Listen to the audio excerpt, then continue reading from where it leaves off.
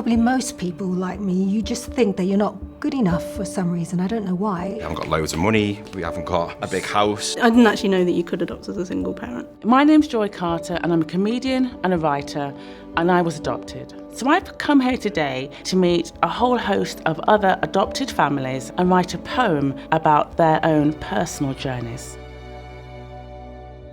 You can adopt. And if you're thinking about it, I absolutely don't want to put words into your mouth, but would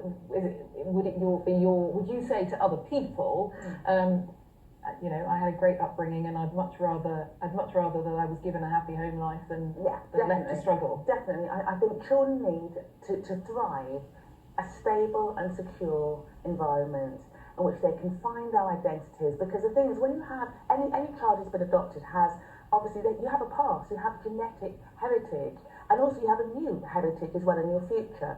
So you've got constantly two passports, if you like, going on at any one time. So that's why you need a sense of stability and security as much as you can find to help you overcome those issues. And one thing this government are doing, which is great, is they're putting more support and counselling in place for children and for families to deal with, say, attachment or trauma issues. So that's one thing, you know, I didn't have, but the government now putting in place to really help people understand these very complex issues.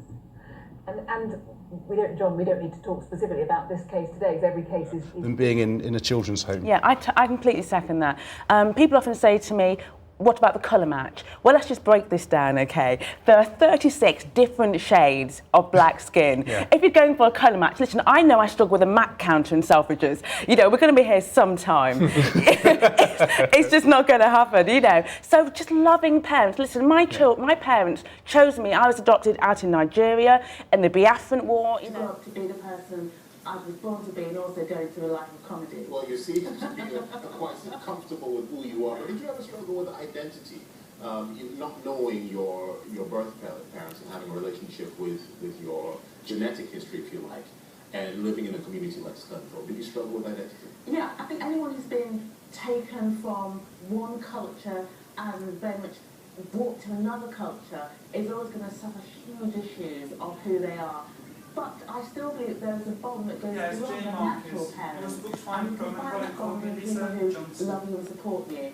And that's what's very exciting about the work that I'm doing. You've told us the story. How important was it to you that they adopted you, they brought you back here, and you're part of their family? I think it's always a challenge when you have children. You know, they cost you £20,000 and they often slag you off at parties. It's always going to be a challenge, you know, let's be honest. But it's just such a wonderful gift to give somebody a hope and a real chance in life.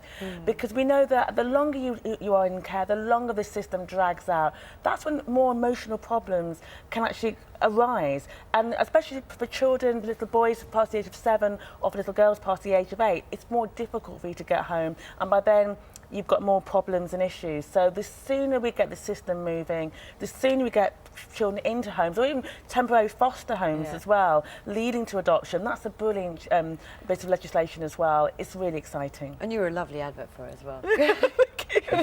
Joy, thank you very much. David Holmes, thank you for your time this morning. Thank you. Thank you very much.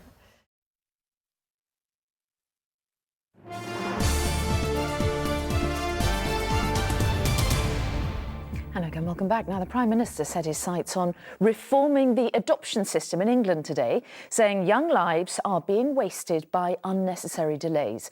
David Cameron said he particularly wants to end what he called the absurd barriers that mean that black children wait twice as long as white children to be adopted. Here's Nina Nanau. Joy Carter was adopted as a baby in Nigeria by white parents who were missionaries. Returning to England and living in a mainly white area brought its challenges, she says, but having a loving home was all that mattered, regardless of race. It is such an emotive subject, and it can hurt, it can hinder. There's good stories I hear, people have been adopted, there's heartbreaking stories, but the bottom line is you're giving somebody a chance, a real chance to have a life and to live and to grow up in a loving family, and that is beyond words. That possibility is priceless.